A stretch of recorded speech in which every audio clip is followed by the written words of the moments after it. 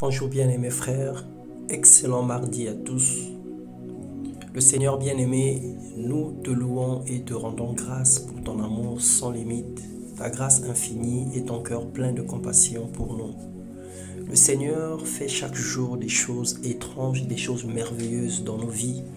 Il ne cesse de se manifester comme l'Omnipotent se manifeste et il ne cesse d'avoir de la compassion pour nous.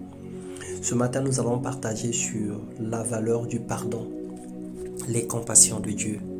Dans Éphésiens, le chapitre 2, les versets 1 à 5, il est écrit: Vous étiez morts par vos offenses et par vos péchés, dans lesquels vous marchiez autrefois selon le train de ce monde, selon le prince de la puissance de l'air, de l'esprit qui agit maintenant dans les fils de la rébellion.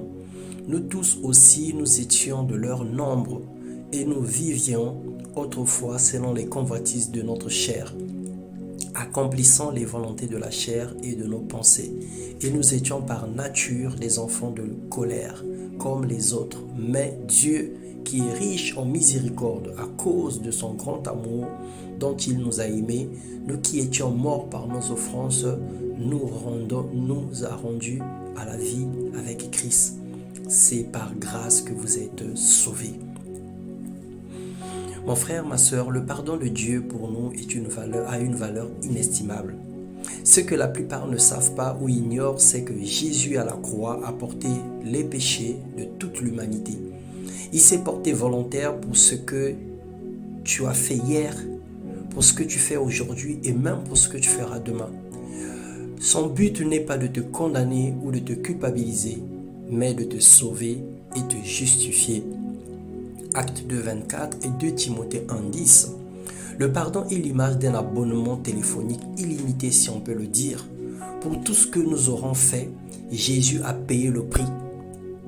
Nous avons simplement qu'à nous humilier pour lui avouer nos fautes et lui demander pardon. Le crédit est ainsi assuré, selon Ésaïe 53, le verset 1 à 7. Par contre, pour en bénéficier, il faut être rapide, car nous avons un ennemi commun, le pernicieux rappel de notre condition, qui est la mort. Une seconde après, plus rien à faire. C'est le chaos total, car il est réservé à l'homme de mourir qu'une seule fois, après quoi vient le jugement. Et donc nous devons nous empresser de ne pas dormir avec un péché non confessé. Nous devons nous empresser à chercher la grâce de Dieu tous les jours, à chercher le pardon de Dieu, à chercher à être transformé, à chercher à être pardonné. Dans Marc 3, le verset 28, il est écrit: Je vous le dis en vérité, tous les péchés seront pardonnés aux fils des hommes et le blasphème qu'ils auront proféré.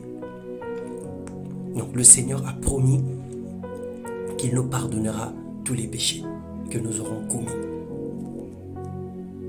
Nous savons que le métier du Seigneur Jésus-Christ, c'est pardonner, c'est aimer, c'est faire du bien.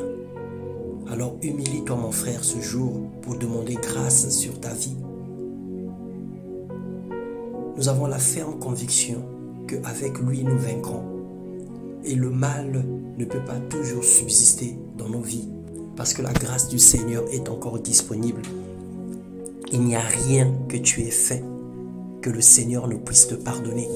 Le Seigneur ne considère même pas la quantité de ton péché, ni la qualité de ton péché. Mais le Seigneur considère plutôt l'attitude de ton cœur. Qu'est-ce que tu penses? Qu'est-ce que tu vis? Ou qu'est-ce que tu prétends être par rapport à ce que tu fais, par rapport à ce que tu as fait de mal? C'est ça qui intéresse le Seigneur Dieu, l'attitude de ton cœur. Alors, aie un cœur repentant et un cœur plein d'humilité et une attitude d'abaissement.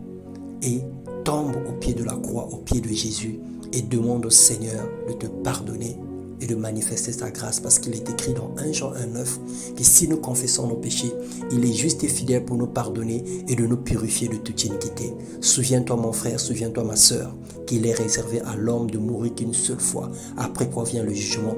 Ce n'est pas une seconde après la mort que tu vas chercher la face de Dieu. Ce n'est pas ton corps exposé au purgatoire que tu auras le pardon.